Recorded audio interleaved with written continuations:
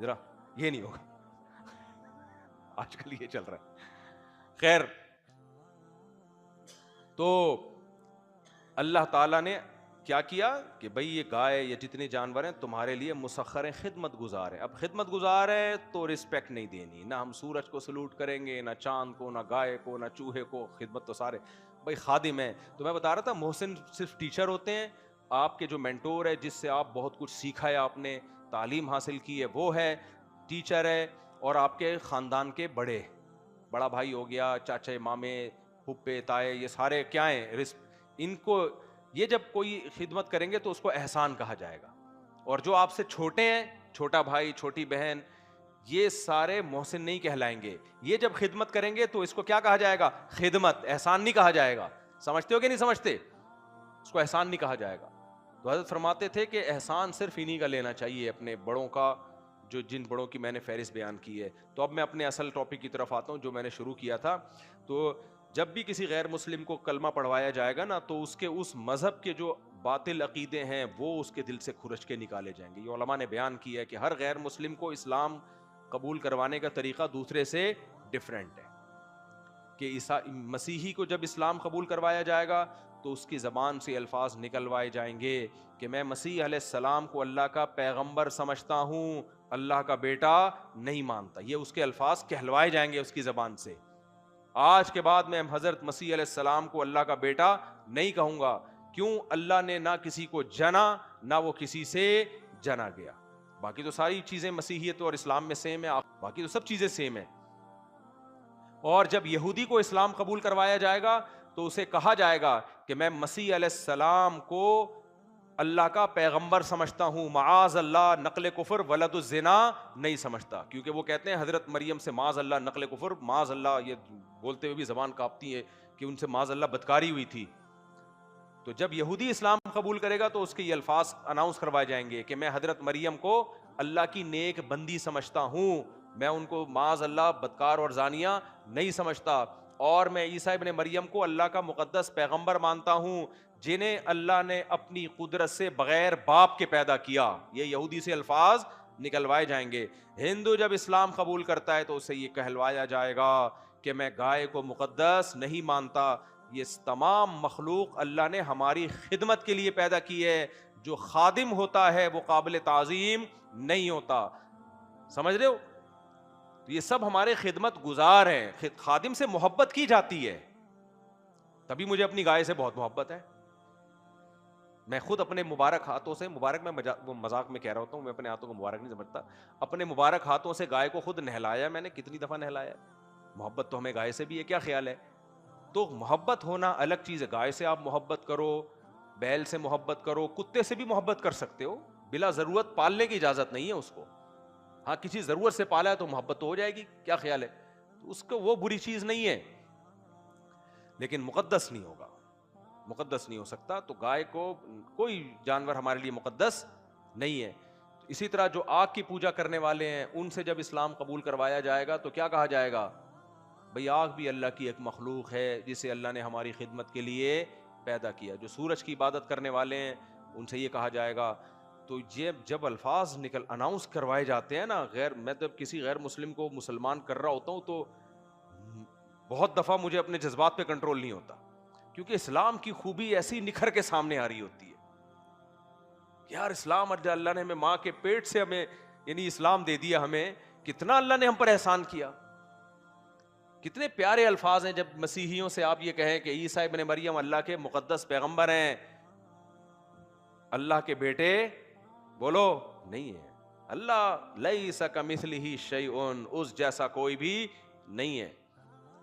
بتوں کی, ہندوؤں سے بھی کہا رہا ہے بھائی پتھروں کے بنے ہوئے بتوں کو ہم معبود نہیں مانگتے. تو بیان جو میں نے آیت پڑھی تھی وہ پھر رہ گئی ہے, کوئی بات نہیں, تو وہ پھر ہم اگلے ہفتے یہیں سے شروع کریں گے. اللہ انسان کو اس کی اوقات کیوں یاد دلا رہا ہے؟ یاد وہ چیز دلائی جاتی ہے جو انسان بھول جاتا ہے. تو ہم کیا بھولے ہیں جو اللہ ہمیں یاد دلا رہا ہے؟ اس سلسلے میں پھر اگلے ہفتے دوبارہ حاضر ہوں گے. اللہ تعالیٰ سمجھنے کی عمل کی توفیق عطا فرمائے. سبحانک اللہم و بحمدک, نشہد ان لا الہ الا انت, نستغفرک و نتوب الیک.